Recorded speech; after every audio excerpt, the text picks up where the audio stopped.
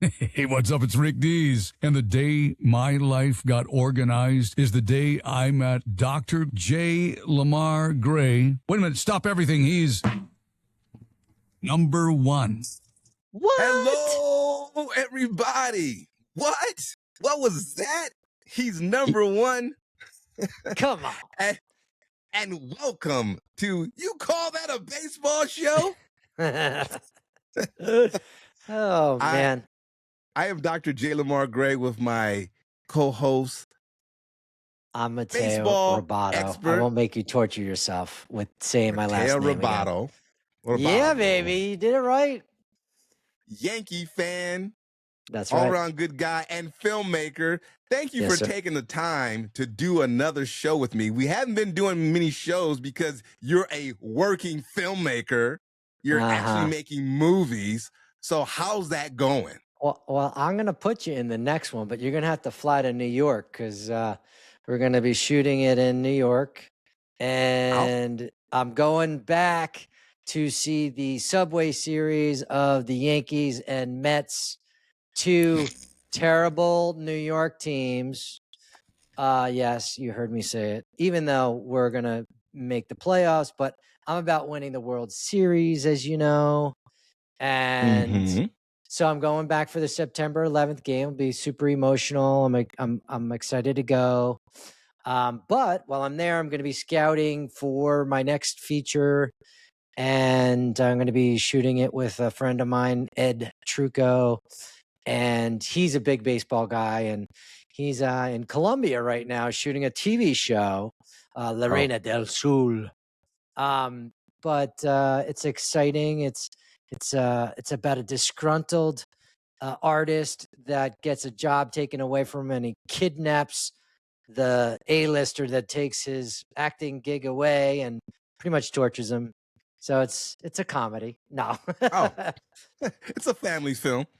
But I'm gonna put you in this movie because the one of the characters is an Uber driver, and he has different interesting passengers, and you could be one of those guys. I will fly to New York on my own dime for the royalty back in take about 15% of the royalties. So I will gladly do that for 15%, you. 15%. I love it. It sounds like a steal for a day player. Yeah, absolutely. So what's the name of the film? It's entitled A Role to Die For. A Role to Die For. I love that. Yes. Wasn't there a movie with Nicole Kidman called To Die For? Yes, there was. Yes. It was a very creepy movie.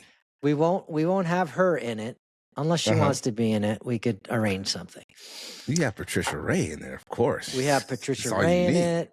We have Hemke Madera in it. And speaking of Hemke, he's a huge Yankee fan. And we talk frequently about the team and talk about how Cashman is, always getting a losing team together, and how Hal is, making a franchise and putting it in the toilet and making his, father roll in his grave kind of thing. But anyway, This is why you don't have your Yankee hat on? You don't have your Yankees hat on. Well, my hair came out good today, so I figured I'd go with a different look. I do have my Black Pumas shirt on. Great band. I'm not complaining. Neo Soul, awesome band. Check them out. Black Pumas. But you are in the hot seat today, my friend, because your institution, the Dodger Blues, are getting black and blue because you're out in the news. And your owner is a naughty, naughty, naughty, naughty, naughty boy. And you want to explain yourself? I have no comment. No. Listen, guys who make billions of dollars are always in trouble and presumed guilty of so many things. I mean, Mark Walters, who just sold the Lakers, apparently he owes, I can't even explain it. You sent me a little article on it about he has insurance companies and he had to cover so many bets and he covered it himself. And it looks like he's got to, he's $22 billion in the hole. Well, he probably is working with Otani's betting guy, and betting the over or under, and we know how that goes with Otani. Oh wait, he didn't make any of those bets. It was his very smart Yeah, translator it was that hid bookie. $7 million from his employer. You gonna simplify this? He didn't look good at all. Oh, we got sound bites. I love this. We are working our way up in the world. Little Stephen A. Smith. Listen, I did find out. So, Yes. Mark Walters, read it for yourself and make whatever you out of it. He's $22 billion in the hole. He sold the Lakers for $12 billion, so he's got a $2 billion profit, but that ain't going to do his bar tab or whatever he owes. Now, the interesting thing is, wait a minute. Hold on. Before you sit, who flips a basketball team? You heard of flipping houses, but who does it with a franchise team? All right, continue. Sorry. Go ahead. No, you're right. You got to be, unless you have to. Nobody does that unless you really. That's the first indication that he's in trouble. Who does that after 1 year? Flip a whole basketball team. He made $2 billion though, so he's a genius in that regard. Well, he lost about. If he keeps the team for 5 more years, he's losing $10 billion when you think about it. Right. But that's the first indication. Now we know why, because everybody's like, why? Now we know why. He's in trouble, and he flipped that. And I found out today that Otani has a clause in his contract that he can opt out if ownership from Mark Walters changes.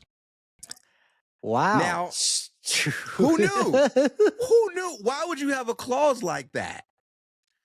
I think Otani would look smashingly just so nice in pinstripes, don't you? I mean, he's done all that he needs to do in LA. He can walk there as a god forever. Now do it in the Big Apple. Like, what are you gonna do? Go to Toronto? Please. Who the heck wants that? Nobody. Well, who wants to go to New York right now? But he won't. Otani. Listen, the concern I read was that they got all this deferred money that Mookie and Otani signed for, where 10 years after they're done, they still get money. But I've heard the Dodgers Otani's contract was $700 million. Yeah. The Dodgers have claimed they've already made that money back. Now, if they're going to keep it, if Mark Walters has to shuffle it over to whoever, but here's what I would like to happen. I want Mark Walters to sell the controlling ownership of the team to Irving Magic Johnson. How about that? All right, hold on. So, in other words, what you're saying is Otani and Mookie Betts' owed salary is kind of like Social Security. It may or may not be there. Is that what you're telling me? Well, it's supposed to. It should be there already because they've made the money back. But now, whether it will be there 10 years from now, we don't know. And maybe that was part of Otani's deal, saying, and maybe Mookie could have the same deal. Hey, if ownership changed, who's going to pick up this tab later because I'm supposed to get this money 10 years after I retire. Does Magic have that kind of liquid to do what you're saying? He spent $50 million to get in the team, to get part of it.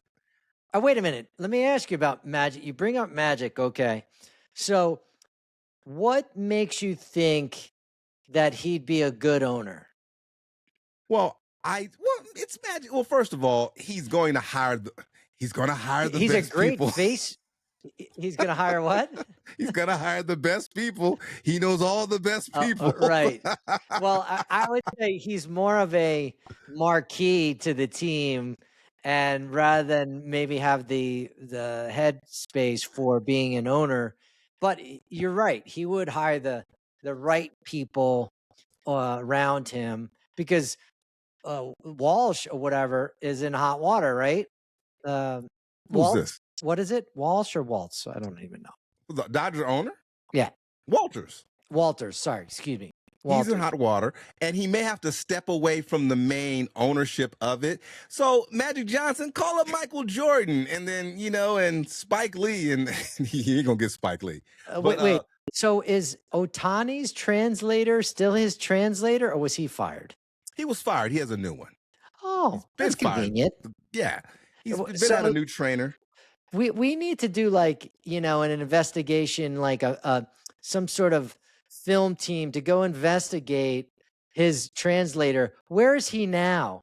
And he's probably on a beach, sipping a pina colada or something. And I remember he took a deal. They made him an offer he couldn't refuse. Jail or take this $1 million and go away? I think he went to jail. I think he did some time, and I'm sure Ohtani's people, if he's guilty, made him an offer he couldn't refuse. Kind of like that mobster thing, like, yeah, go do the time. Don't worry, we'll take care of you when you get out. Okay. Yeah. You keep your mouth shut. You hear me? I will take care of you while you're in there. So we can take care of you while you're in there or when you're out. You decide. Yeah. We'll keep you alive inside. Yeah. Well, I don't know if that's going to happen. I think, listen, let's just get to the World Series first. There's going to be a lockout anyway next year, so who cares, right? Oh, my God. This is so sad that there's going to be a lockout. And you know why? Because Aaron Judge, who is a superstar and is coming off an injury, he's literally had a third of his season or, that we've got to see him play. Now, if there's a lockout, he's 1 year older. So as baseball players get older, they don't perform as well. So we're missing some prime time, playing for our superstars. Well, he's not getting any older because he didn't play. So it's like, he didn't play. So it's not like he lost a year. I mean, he lost a year of stats, but he's not going to lose. Like, it's not the wear and tear on his body. I'm talking about the wear and tear in the physical body. Well, he's not doing anything. Okay, first of all, explain this to me. Why even bring it? If he can't come back to next month, give us an update. That's what I heard. Why even come back? Hey, as far as I know right now, he's doing some aqua aerobics. And he might be able to play some, water polo, but not baseball yet. So why come back? I mean, September is September. I mean, I'll tell you why. Is he going to actually come back? I'll tell you why. Because if you get what I call the Stanton effect during the playoffs, Stanton, gets hurt all year long. And then when he comes to the playoffs, he's like a superstar. He's like a superhero. I mean, last year, or he didn't perform for the first time during the playoffs last year. But if Stanton comes back and Judge come back and they have that Stanton effect during the playoffs, it's the hottest team on the field, the one with the most momentum. So the idea of Aaron Judge coming back, and we've got Clark Schmidt coming back, Bellinger coming back. We did lose Fried all of a sudden. He got injured. But you get our superstars back, and they're playing literally the playoffs, and they're hot and locked in. You don't really believe that. I would say watch out. You really believe that? Staff. You really believe that? No. You think that's going to happen?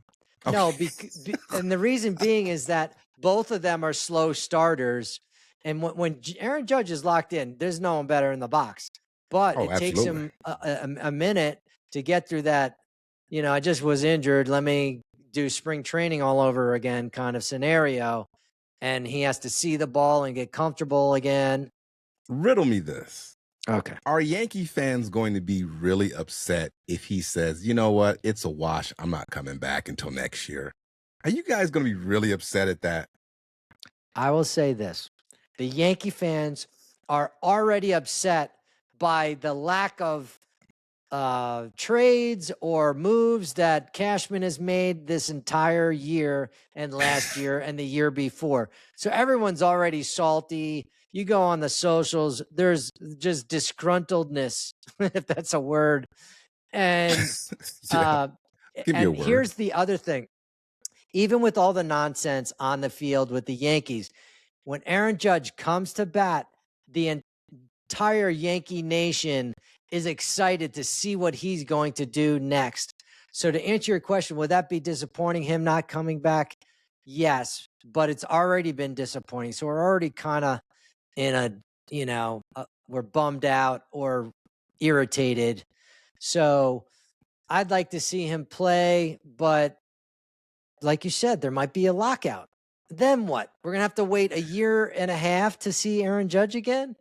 Or, baseball? That stinks. That lockout is serious business. The more I see, it's actually going to be a reality of it, because the players are saying, hey, we don't need a salary cap. The younger teams, the teams like Colorado and Washington, they're doing great things with talent without the big free agents.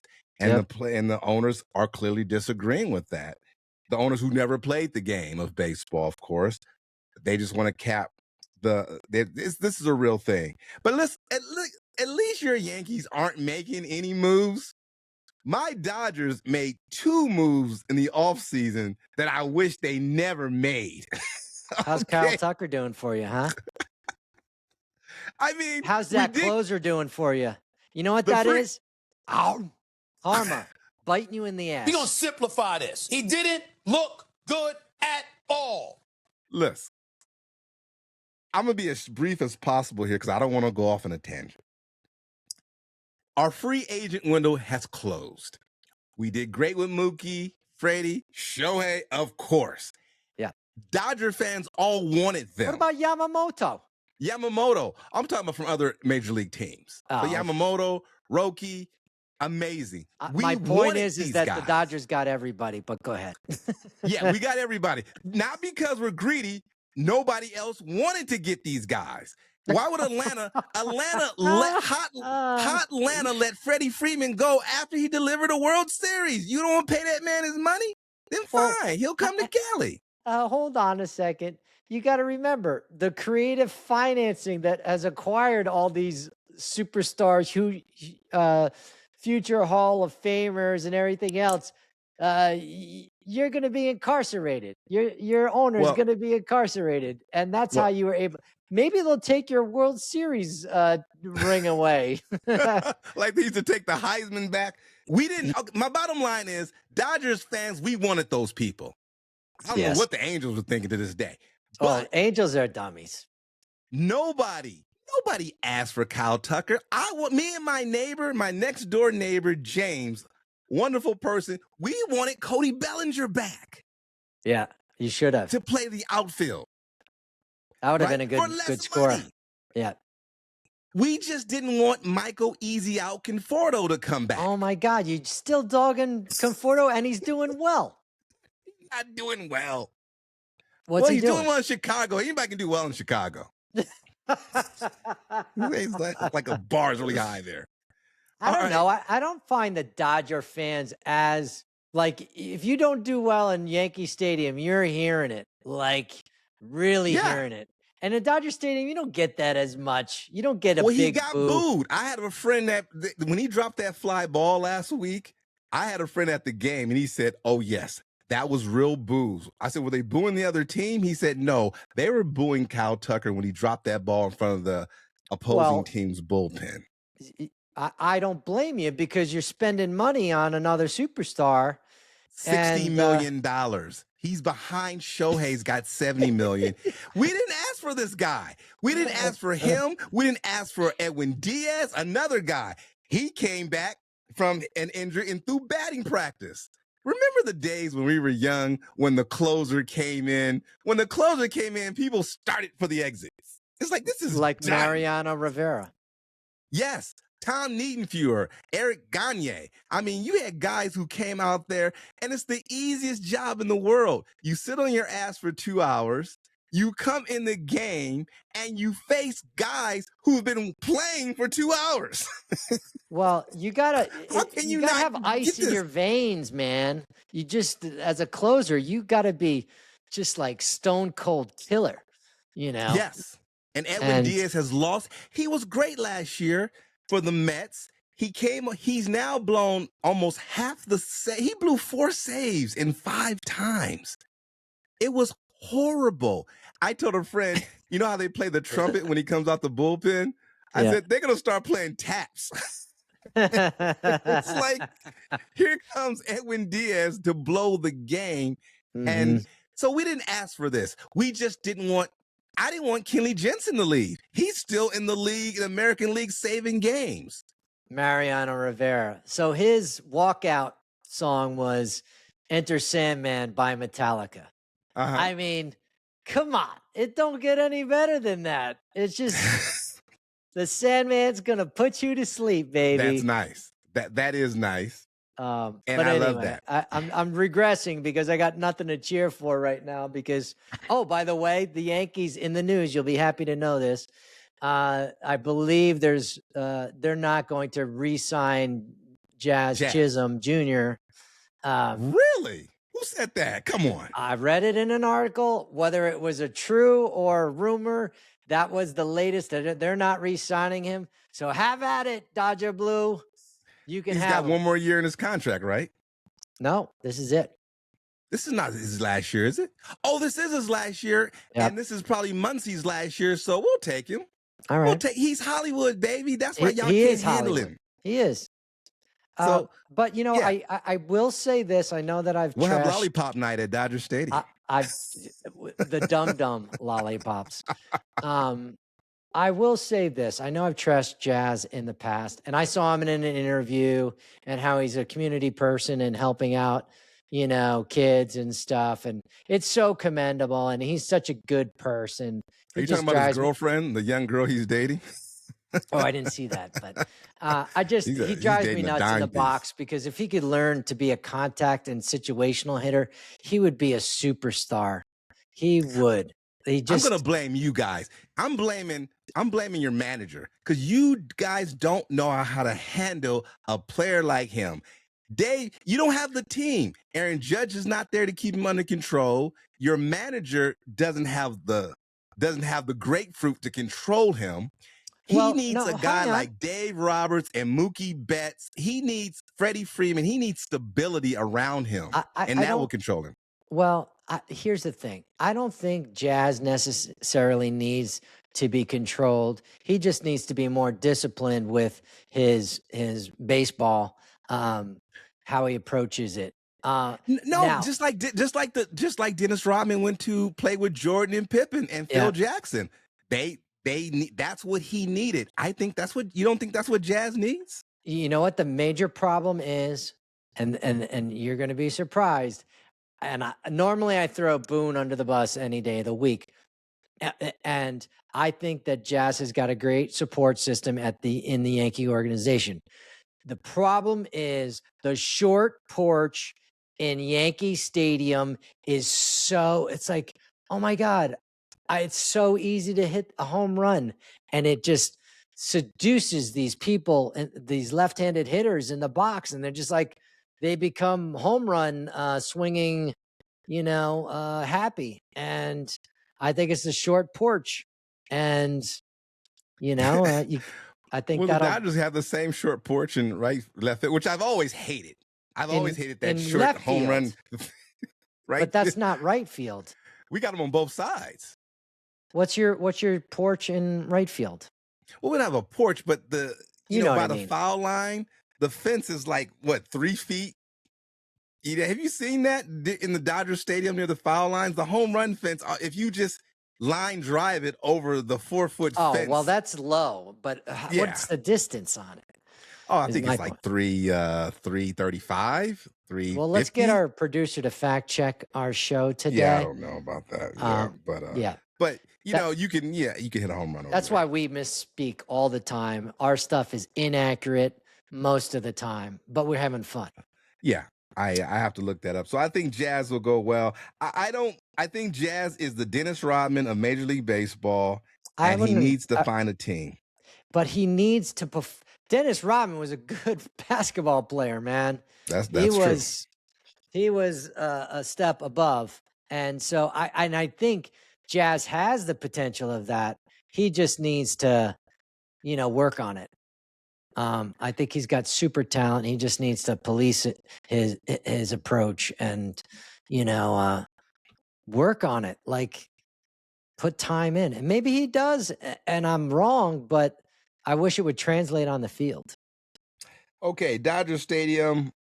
I see I got the stats up here. I'm doing this. 330 field to the foul lines. 330 to the I think Yankees 330 is to the foul line. 315 or something in left field, right field. Yeah, the foul. So that and it's a short fence. It's like a 3-foot fence. When we went to the Yankee Dodger game a year ago, I started to get those tickets, but I said, nah, I don't want to treat you to a foul line seat. And then the power alleys are 385. We sat in. They were great. Oh, they were amazing. And center field is 395. So it's a very home run friendly ballpark. True. But, I also think because we're in California, or the Dodgers are in California, the air and everything else will affect how the ball goes out, So and I don't know, is the climate at Dodger Stadium home run favorable? When you hit it now I got the measurement of the fence by the foul pole I was telling you about. It's 55 inches. So if you can hook it, you're gonna clear the 55-inch fence by the foul line. Now I saw this. Let me see. 1 second. I want to make sure. I'm gonna fact check myself while we're doing it. Yeah, fact check. We have our audience isn't going anywhere. They're staying right here. We can fact check all we want. So last night, Pete Alonso hits a home run. It's clearly a home run. Yeah. And it's on the correct side of the foul pole and all that. And they call it a foul ball. So then the Orioles challenge it. And for whatever reason, the people in the booth still saw it as a foul ball and it didn't count. And the game was tied, and then the Yankees won the game, and it's clearly a home run. Even people in the stands were like, it was a home run. So they said they only had one camera to reverse the call. They didn't have 2 camera viewpoints. But the one call, the one camera view showed that it was a home run. So I have no idea who in the booth was drinking that night, but someone got paid off. I don't know. But you know how like they show the trajectory of a home run and they StatCast and all that. So they show the StatCast graphic on the TV, and it's on the home run side of the foul pole. So just like, how is this not a home run? It's crazy. What those guys in the booth do. I worked in the press box a few years, ages ago, for the Dodgers and the Vin Scully press box. Those guys aren't all in there sipping on soda. Sometimes they have a little spirits during the game. Some so gin maybe and somebody juice or some Jack and Coke. They bring their own. It's BYOB in the press boxes there. So it's not just your beer. Maybe something a little stronger there. But I do like. Can we talk about ABS just a little bit? Of course. I like. Do you still like going it? on? I love it because now teams are being more careful with it. They're using it at the appropriate time, and everybody's kind of saving it now. You have a few guys who jumped the gun in the second inning. No leverage situation. I mean, when nobody's on, unless it's totally just insane. I've seen some umpires. I see more challenges now because some umpires are just getting it wrong. It's like just getting it wrong. But I like the way that they are leveraging it now. The Dodgers are definitely Freddie Freeman. I saw this week. I saw Freddie Freeman. Freddie knows the strike zone, so he knows it. It's part player too, Yeah, and some guys figured, hey, listen, and Freddie's the type of guy that I feel that he's just going to learn from it. I'm not going to challenge it. I'm going to learn from it. This is how this guy's throwing. This is how the ump is calling it. I got to hit the ball, and he's good enough to do it. So they're slowing down on it to the point where you're using it in the later part of the game. And I think that's going to be a very important lesson in the playoffs, to hold back on high leverage situations or till after the 5th inning. Well, let me ask you a question. So during the playoffs, does management do they all have, like, they tell every player, okay, we're not challenging calls till the 5th inning on, or it's situational only, and are certain players not allowed to do it? And then there's a two-part question. And then the other thing is, do you think they also are now scouting the probability of the umpire that they don't call strikes well enough that this is someone to definitely challenge on? Like, you think they have that sabermetrics in there now? Yeah, I think they do. To answer it backwards, yes. I think also the umpires are going to get graded on this. And when it comes to playoff time, the ones with the worst turnover rate or the highest turnover rate are probably going to be the ones sitting home this fall because they don't want to make this mistake. Now, as for the first part of your question, the former question, yes, Andy Padez needs to stop doing ABS challenges. He doesn't know where strike zone is. He gets personal with it. He doesn't do it for the team. It's all about him. His ego gets flared up. So I think Dave Roberts told him, no more of that. No mas, please. Doc is the kind of cat that he's just not going to bust nobody out. So I don't know. You'd have to ask him. I haven't heard any commentaries mention. I haven't heard Doc Roberts explain his philosophy on it. So I don't really know what's going on with that guy because he's got the best poker face in baseball. Dave Roberts, he put Edwin Diaz on the disabled list. I don't think anything's wrong with Edwin Diaz. I think he uses the disabled list as a leveraging tool to cool you off a little bit. He did the same thing in the World Series with Tanner Scott, who led the league in blown saves.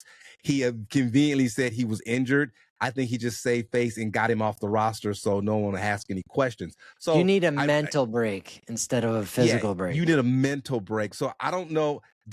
Doc Roberts is that type of manager. So I don't know what his philosophy really is as far as the ABS goes.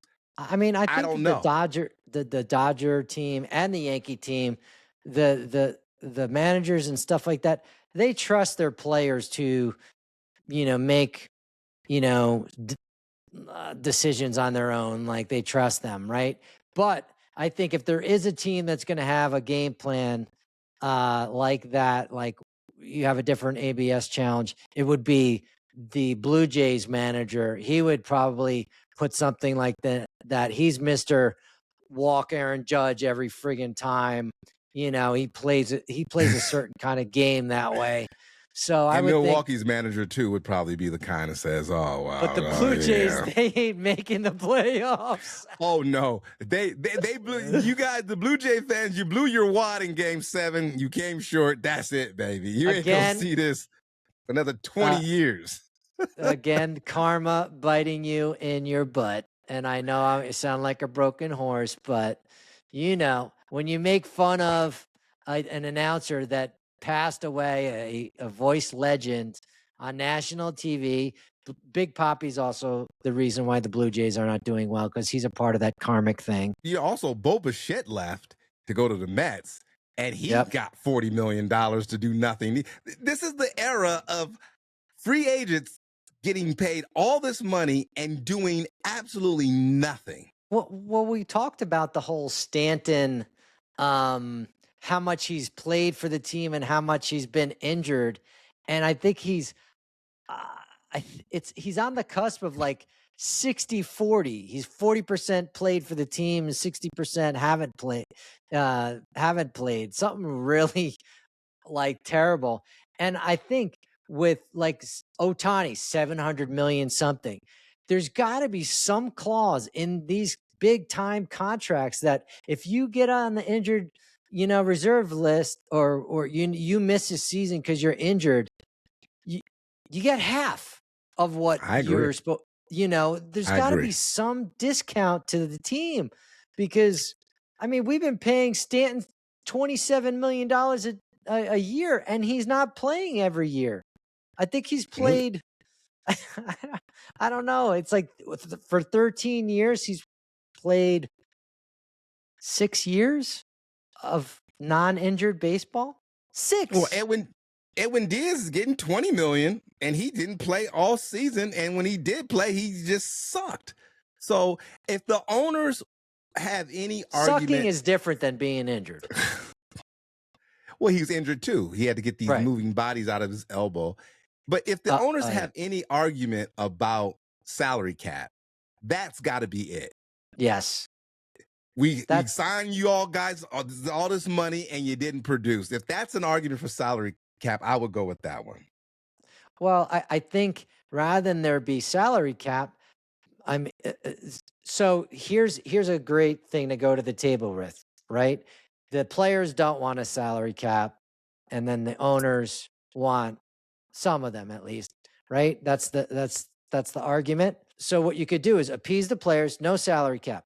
However, if a player gets injured, then the owners are allowed to not have to pay, the player their full boat. They're never gonna go for the union's never gonna go for that. Oh, I know. You know.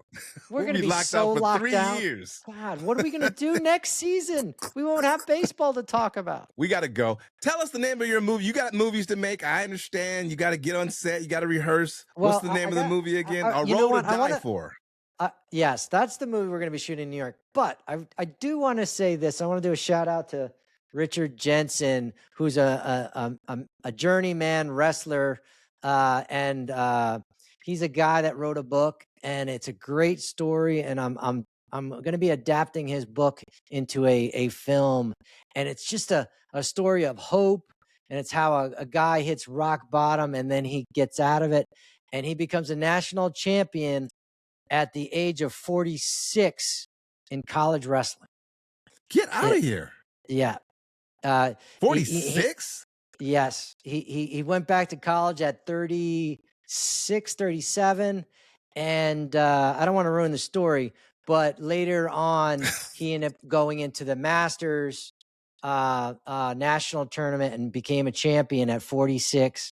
And he's a guy that goes all across the United States to talk to kids about addiction, and he sends a message of hope and everything else. So I'm really inspired today because he's inspiring, and that's a story about sports. And I think we'll have more to come on that. But the one in New York's a role to die for, and I get to see the Yankees play too.